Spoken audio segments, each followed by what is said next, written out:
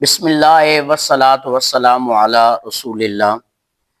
ناظرین و سامعین، السلام علیکم ورحمۃ اللہ تعالی وبرکاتہ۔ ایمان ابو طالب علیہ السلام، آج ہماری دوسری نشست ہے۔ پہلے نشست کے اندر میں نے صرف مقدمہ رکھا تھا ایمان ابو طالب علیہ السلام کے حوالے سے۔ جن احباب نے وہ ابھی تک ویڈیو نہیں دیکھی، وہ میرے اسی چینل پر موجود ہے۔ ایمان ابو طالب علیہ السلام کے حوالے سے، کیونکہ میں حنفی ہوں الحمدللہ، تو اس حوالے سے ہم پہلے یہاں سے شروع کرتے ہیں۔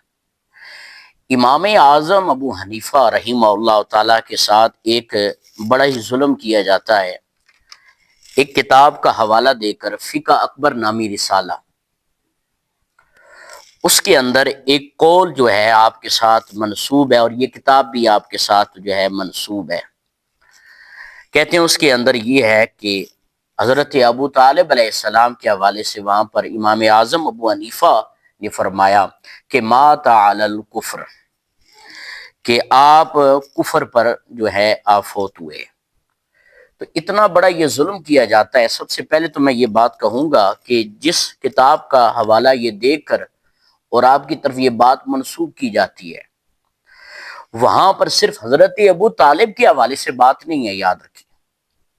وہاں پر حضور نبی پاک صلی اللہ علیہ وسلم کے والد گرامی حضرت عبداللہ کے حوالے سے بھی یہی بات ہے۔ جی، جس طرح یہ ڈنڈی مارتے ہیں نا کہ بخاری کی بات بتا کر کہتے ہیں جی بخاری کے اندر یہ لکھا ہے، بخاری کے اندر یہ لکھا ہوا ہے، تو بخاری کے اندر تو حضور کے والدین کے حوالے سے بھی یہی بات ہے۔ اسی طرح امام اعظم ابو حنیفہ رحمہ اللہ تعالیٰ کے ساتھ یہ جو بات منسوب کی جاتی ہے، وہاں پر حضور کے والد گرامی حضرت عبداللہ علیہ السلام، ان کے حوالے سے بھی یہی بات لکھی ہوئی ہے۔ تو یہ تو آپ نے کبھی جرت نہیں کی۔ اگر آپ اتنے کٹر حنفی بنتے ہیں اور بتاتے ہیں کہ امام اعظم ابو حنیفہ نے یہی بات لکھی ہے، تو پھر ساتھ جرت اور ہمت کریں، جہاں اپنی مجالس اور محفل کے اندر یہ بتاتے ہیں وہاں پر یہ بھی بتائیں۔ لیکن آپ نہیں بتائیں گے، اس لیے کہ آپ کا مقصد صرف حضرت ابو طالب علیہ السلام ہے، اور یہ دشمنی حضرت مولا علی کے ساتھ ہے، اور کچھ بھی نہیں ہے، بغض حیدر ہے۔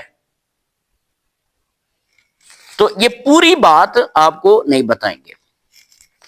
اور پھر یاد رکھیے، اگر امام اعظم ابو حنیفہ رحمہ اللہ تعالیٰ نے اگر یہ بات لکھی ہے، یہ اگر آپ کی یہ کتاب ہے، تو ہم امام اعظم ابو حنیفہ رحمہ اللہ تعالیٰ فقہی اعتبار سے آپ کی تقلید کرتے ہیں۔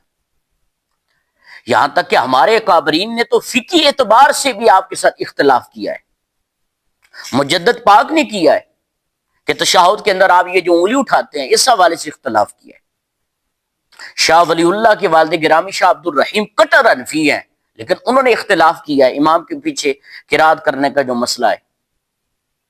تو فقہی اعتبار سے اکابرین اختلاف کرتے رہے ہیں، تو یہ تو فقہی مسئلہ ہی نہیں ہے۔ شاہ امام اہل سنت امام احمد رضا خان بریلوی رحمہ اللہ تعالی، آپ نے نور الاعزاز سے لے کر ہدایت تک اختلاف کیا ہے۔ پڑھیے فتاوی رضویہ، علماء سے بات کر رہا ہوں، واعظین سے بات نہیں کر رہا، کیونکہ واعظین نے تو فتاوی رضویہ جو ہے شاہ امام اہل سنت امام احمد رضا خان بریلوی کا، واعظین تو اوپر دیکھ کر بھی نہیں پڑھ سکتے، علماء کی بات کر رہا ہوں۔ کتنا اختلاف آپ نے کیا ہے، تو فقہی اعتبار سے اختلاف بھی ہو سکتا ہے۔ بعض ہمارے بزرگوں نے یہاں تک یہ لکھا ہے کہ یہ جو جملہ ہے یہ ملا علی قاری کا ہے، اور وہ بھی اس طرح ہے کہ ما مات علی الکفر، یہ جو ماں نفی والا تھا اس کو ختم کر دیا گیا۔ اور علامہ شبلی، جنہوں نے امام اعظم ابو حنیفہ رحمہ اللہ تعالیٰ کی زندگی پر کتاب لکھی ہے، انہوں نے دلائل کے ساتھ ثابت کیا ہے کہ یہ جو فقہ اکبر نامی رسالہ ہے یہ امام اعظم ابو حنیفہ رحمہ اللہ تعالیٰ کا ہے ہی نہیں ہے۔ کیوں؟ آپ فرماتے ہیں آپ کے وصال کے بعد کئی سو سال تک اس کا نام و نشان تک نہیں تھا۔ اگر ہوتا تو صاحبین آپ کے جو شاگرد ہیں وہ اس کی کئی شروعات لکھتے، لیکن آپ کسی شاگرد نے اس کی شرح نہیں لکھی۔ تو یہ بہت بڑا ظلم ہے جو امام اعظم ابو حنیفہ رحمہ اللہ تعالیٰ کے ساتھ منسوب کیا جاتا ہے، اور منسوب بھی کیا جاتا ہے، اور پھر آدھی بات بتائی جاتی ہے پوری بات بھی نہیں بتاتے۔ اب میں صرف آپ کو یہ بات بتا دیتا ہوں، یاد رکھیں امام اعظم ابو حنیفہ رحمہ اللہ تعالیٰ کو کوئی اپنے مسجد کا امام سمجھا ہوا ہے کہ جو ایک بات کر دے گا تو بس بات ختم؟ امام اعظم ابو حنیفہ رحمہ اللہ تعالیٰ جب بات کرتے ہیں پھر آپ اس پر دلائل دیتے ہیں۔ کوئی یہاں پر یہ جو منسوب کیا گیا ہے، آپ کے ساتھ بات کی گئی، کتاب منسوب کی گئی، اس کے اندر یہ جو جملہ ہے عبارت ہے، یہ صرف عبارت لکھی، اس پر کوئی نیچے کوئی اتنے دلائل نہیں ہے موجود، تو اس سے یہ اندازہ لگا لیں کہ امام اعظم ابو حنیفہ ایسی ہستی ہیں کہ جب وہ بات کرتی ہے تو پھر وہاں دلائل لے کر آتے ہیں، دلائل سے بات کرتے ہیں۔ آپ اس کی شرح نیچے لکھتے کہ یہ میں اگر جملہ بیان کر رہا ہوں تو اس کی وجہ یہ ہے، لیکن کوئی ایسی بات نہیں ہے۔ اب میں اصل آپ کو عبارت بتا دیتا ہوں، اور یہ عبارت اتنی خطرناک ہے جس کی کوئی حد نہیں ہے، اور خود آپ اندازہ لگا لیں گے، اہل علم کی بات کر رہا ہوں کہ یہ امام اعظم ابو حنیفہ رحمہ اللہ تعالیٰ کی عبارت ہو ہی نہیں سکتی ہے۔ اب عبارت ذرا سنیے، عبداللہ والد رسول اللہ مات علی الکفر۔ اب دیکھیے کتنی خطرناک یہ بات ہے کہ جو رسول اللہ کے والد گرامی ہیں مات علی الکفر، وہ کفر پر فوت ہوئے ہیں، اور پھر فرماتے ہیں وہ رسول اللہ مات علی الایمان، اور جو اللہ کے رسول ہیں وہ ایمان پر۔ اب یہ بات بھی کوئی لکھنے والی بات ہے کہ امام اعظم ابو حنیفہ رحمہ اللہ تعالیٰ نے یہ لکھنا تھا کہ رسول اللہ ایمان کی حالت سے دنیا سے گئے ہیں؟ حضور کی ذات کے بارے میں جن کے صدقے سب کو ایمان ملا، صحابہ کرام کو ملا، تابعین کو ملا، محدثین کو ملا، مفسرین کو ملا، علماء کرام کو ملا، متقدمین کو ملا، متاخرین کو ملا، اور قیامت تک جن کے صدقے سے ایمان ملنا ہے سب کو، ان کے لیے بھی یہ بات لکھنی تھی کہ وہ ایمان کی حالت سے دنیا سے گئے ہیں۔